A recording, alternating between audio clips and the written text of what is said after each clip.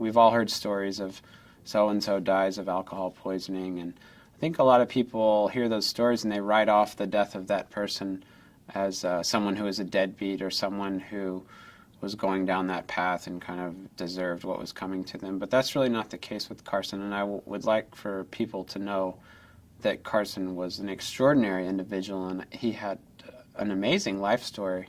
Scott and Julia have raised their boys in a way that both knew right from wrong, good from bad, and they were steady and strong boys in terms of character and judgment and choices.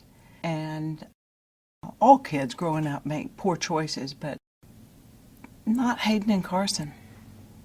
One of the reasons that, you know, we want to talk to kids and parents so much about this is that we didn't know all the dangers that were out there for him.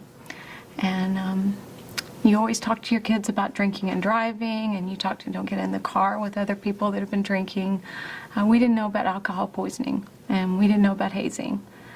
And we don't know where we've been because apparently it's out there. And so we feel like we're pretty educated and involved with our kids and knew a lot of kids in college. We just didn't know this. And that's what hurts the most is, you know, we feel like we didn't prepare them for that.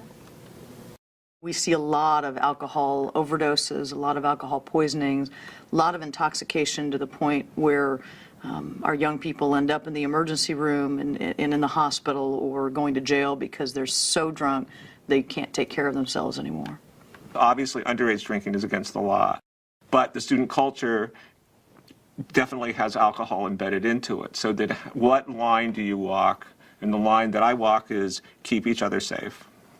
These young people don't know that alcohol can kill you. They don't realize the severity of drinking those quantities of alcohol, and so we're really trying to educate young adults and their parents on the signs of alcohol poisoning. It's not acceptable to be blacked out or to be passed out or to be vomiting. That those people are in dire need of quick medical attention. It's not shocking for a lot of people to see someone passed out because they've had too much to drink. When you think about it, it's crazy that someone has consumed enough of some substance that they're unconscious. Students in general are going to try, are going to experiment, and are going to drink alcohol.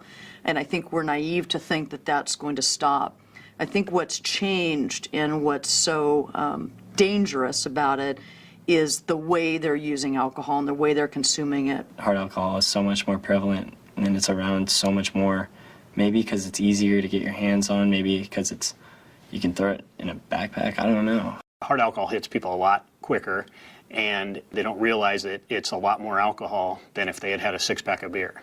Sometimes kids need a visual, and they need to see that, you know, 8 ounces of this kind of hard alcohol is very different than 8 ounces of a beer. Some of the backlash that we've had when we've talked to parents is it's not my son, it's not my daughter, they don't party, and we're like, great, that's wonderful. It's going to be your son or daughter that's going to save her best friend's life. My oldest son was able to act on a potential alcohol poisoning situation and took a friend to the hospital, knew that he would not be in trouble because the Starkeys have educated us, and she spent a couple of nights in the hospital. So maybe, possibly, saved her life. You want to keep your kids safe. You want them, you know, coming home for spring break and Christmas holidays, and the kids need to know. They need to know how to keep themselves and their friends safe.